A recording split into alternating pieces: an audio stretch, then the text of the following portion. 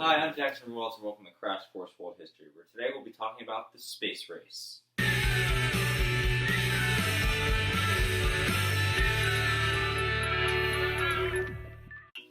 At the height of the Cold War, the United States and the Soviet Union had a little competition to see who had the best technology, which eventually led to them talking about who could land the first manned spacecraft into orbit, or who could step on the moon first.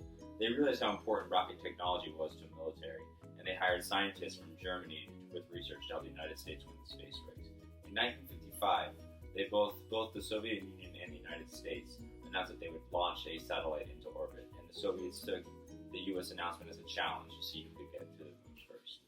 Although it was delayed by 2 years, the Soviet Union put out the first satellite into space with the Sputnik 1 on October 4, 1957.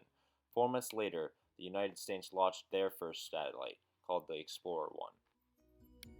After the launch of the Explorer 1 by the United States, Dwight Eisenhower signed a public order to create the National Aeronautics Space Administration, or NASA as we know it today.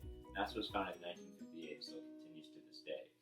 In 1961, Soviets put the first man into space, Yuri Gagarin, who orbited around the Earth in the Vostok 1. Less than 1 month after Gagarin, Alan Shepard was the first American to be in space. John Glenn was the first American to orbit the Earth on February 20, 1962, almost 1 year after Alan Shepard. After they successfully had their first man in space, the president at the time, John Kennedy, made a bold public speech saying that the United States was the first country to have a man walk on the moon. This was taken very seriously by the Soviet Union, as they wanted to be the first country to have somebody on the moon to prove that they had superior rocket technology than the rest of the world. The two most well-known programs inside of NASA were the Apollo and the Gemini programs. Apollo was the one that most people know because they were the people who landed on the moon first. Apollo 11 landed on the moon in 1969 and had Neil Armstrong and Buzz Aldrin on the face of the moon, with Michael Collins orbiting around the moon. I'm going to step off the limb. That's one small step for man, one giant leap for mankind. Oh, it's time for the mystery document? Alright, so here you know the rules. If I get it wrong, I get rubber banded. If I get it right, I'm right. First, I believe that this nation should commit itself to achieving the goal before this decade is out, of landing a man on the moon and returning him safely to the Earth. No single space project in this period will be more impressive to mankind, or more important to the long-range exploration of space, and none will be so difficult or expensive to accomplish. We propose to accelerate the development of the appropriate lunar spacecraft. Well, thank you guys. I don't know if this is right, but I'm going to guess John F. Kennedy, President of the United States. Is that right? Is it right? Yes. John F. Kennedy was a big supporter of NASA, so he'd always give speeches to try to help. Whoa, easy there, little Dwight Eisenhower. All right, he would always give motivational speeches to try to help people do better with their job. Now, let's go to the thought bubble.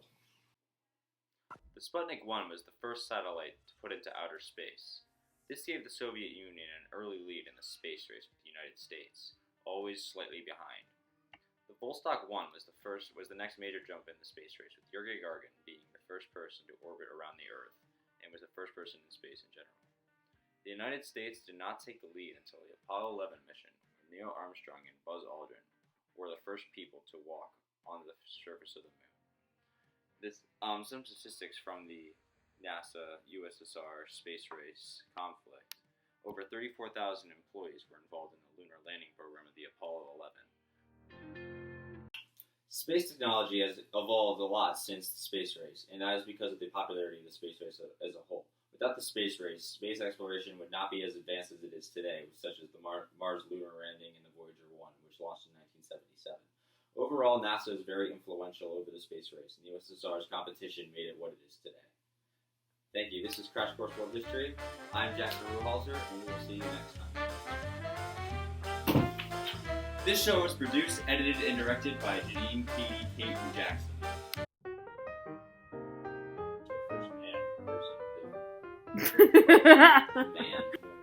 Man. Fuck, I didn't say it.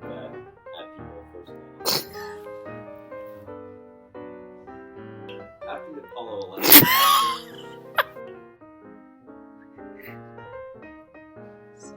Ew. Nation. You don't know. Nation! Stop it! What'd you do? This show is produced by Janine Cruz, Kate Dobbs. This show is produced at. This show is produced by Janine. Oh! We're done.